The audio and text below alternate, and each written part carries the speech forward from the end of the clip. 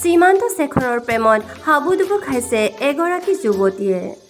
যুৱতীগৰাকীৰ মনত থকা অযুত ভালপোৱা তেওঁ প্ৰকাশ কৰিলে এখন চিঠিৰ জৰিয়তে। কোন এইগৰাকী যুৱতী জানো আহকচোন। সীমান্ত শেখৰ আছে এগৰাকী সুন্দৰী অভিনেত্ৰী পত্নী। আছে এখন তেওঁলোকৰ সুখৰ সংসাৰ। তেওঁলোকৰ এই সুখৰ সংসাৰৰ মাজত কোনে সোমাবলৈ চেষ্টা কৰিছে। যুৱতীগৰাকীয়ে নিজৰ মনৰ ভাৱ ব্যক্ত কৰি চিঠিত এনেদৰে লিখিছে।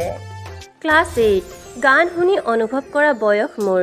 2010ত অপ্সৰাৰ গান শুনি একপক্ষীয়ভাৱে মই আপোনাৰ প্ৰেমত পৰিছিলোঁ। প্ৰেমৰ সংজ্ঞা নাজানো যদিও বহুবাৰ আপোনাক সপোনতো দেখিছোঁ। গানৰ মাজত আপোনাৰ উশাহক অনুভৱ কৰি বহুবাৰ উচুপিও উঠিছোঁ। 2013 এপেণ্ডিক্স অপাৰেশ্যনৰ পাছত জ্ঞান আহোঁতে মই হেনো আপোনাক চাব বিচাৰিছিলোঁ। নাজানো মই কিমান বেছি হেঁপাহ থাকিলে অৱচেতন মনে কাৰোবাক চাবলৈ বিচাৰে।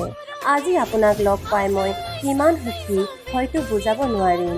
তথাপি আপোনাক ওচৰৰ পৰা এবাৰলৈ হেঁপাহেৰে চাম, আকৌ এবাৰ অনুভৱৰ ধৰাত হেৰাই যাম। প্ৰীতিৰে কল্যাণী। আচলতে কল্যাণী নামৰ এগৰাকী অনুৰাগীয়ে সীমান্ত শেখৰলৈ এনেদৰে এখন চিঠি লিখি পঠিয়াইছে।